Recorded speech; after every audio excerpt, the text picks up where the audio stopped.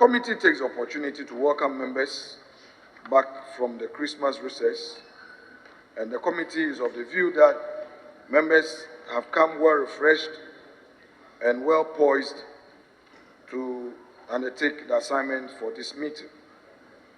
Mr. Speaker, the first meeting of the third session of the 8th Parliament is expected to be demanding of honourable members, since a number of bills and other important parliamentary business will be considered at this meeting. Bills that may be presented to the House will number 62. Instruments that are being processed to be delivered to the House number 40. And there are about 827 questions that have been admitted, and indications are that the number will climb up. So members have returned, since members have returned from their constituencies, and as usual, have had interaction with constituents and would want to reflect the needs of constituents, especially during question time. For this reason, Office of the Leader of Government Business, he emphatically stated, has been consulting with ministries to determine their respective prioritized agenda for the meeting. For this reason, the Office of the Leader of Government Business has been consulting and conferring with ministers to determine their respective prioritized agenda for the meeting. It is hoped that this joint effort by the House would lead to, Mr. Speaker, judicious use of our time in ensuring that members get satisfied by way of the demands from their constituents. Mr. Speaker, His Excellency the President, Nana Addo Dankwa Akufo-Addo, in accordance with Article 67 of the Constitution, will deliver to the House a message on the state of the nation. Honourable members are entreated to brace up themselves for the task ahead. The date shall be communicated.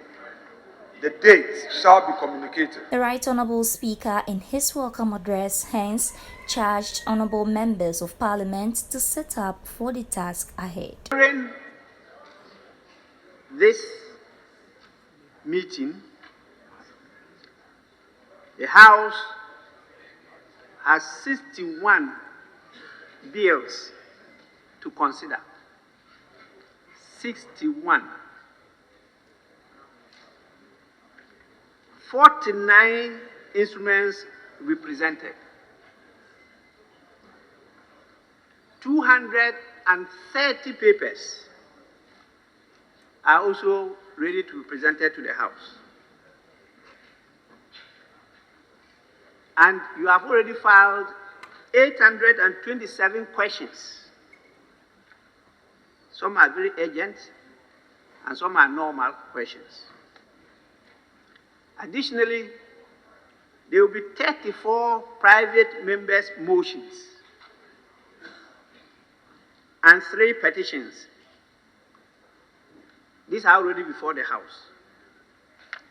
And so clearly, this will be a very busy meeting. All I can say is to plead with members, having come from such a strenuous recess, to focus on plenary sessions for us to be able to transact this business.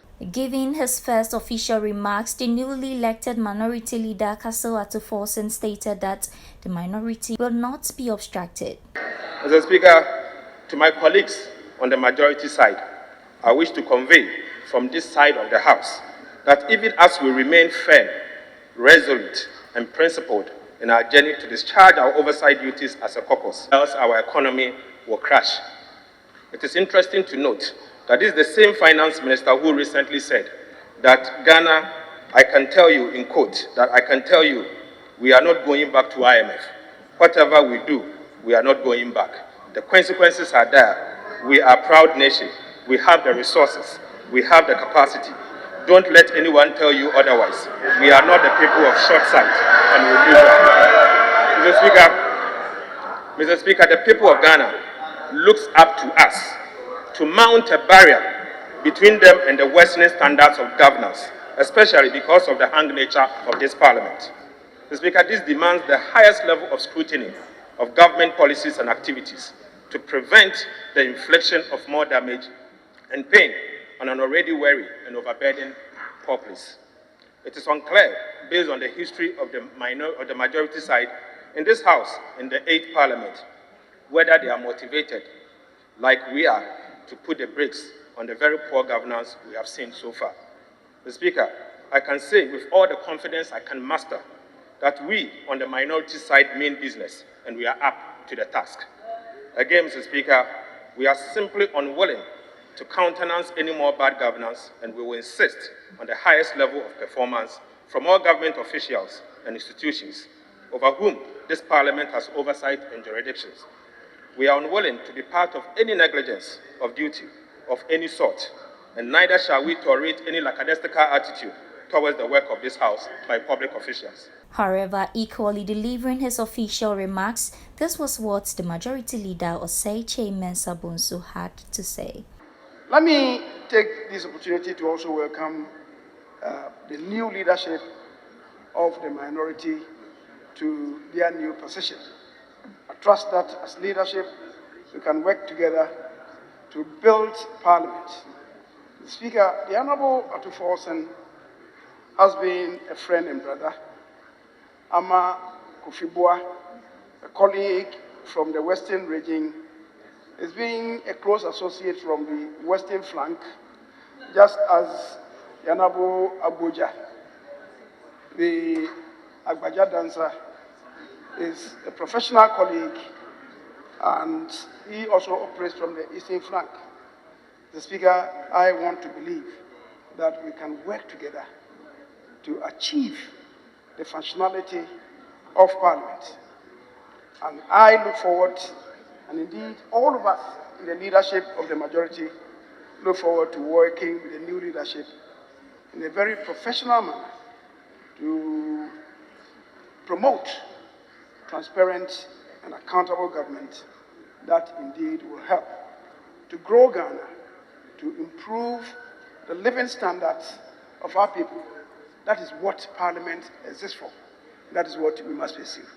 So the Right Honourable Speaker will also be admitting papers, petitions and motions for debate, as well as the report of the Privileges Committee on 3 honourable members of Parliament who are said to have breached Article 97(1) of the 1992 Constitution and Standing Order 16(1) of the August House. Now, this year marks 30 years of uninterrupted parliamentary democracy, and various programs are expected to be put in place to celebrate this milestone. Now, interesting times ahead of this third session of the 8th Parliament of the 4th Republic. Reporting here from Parliament, my name is Mary Korte.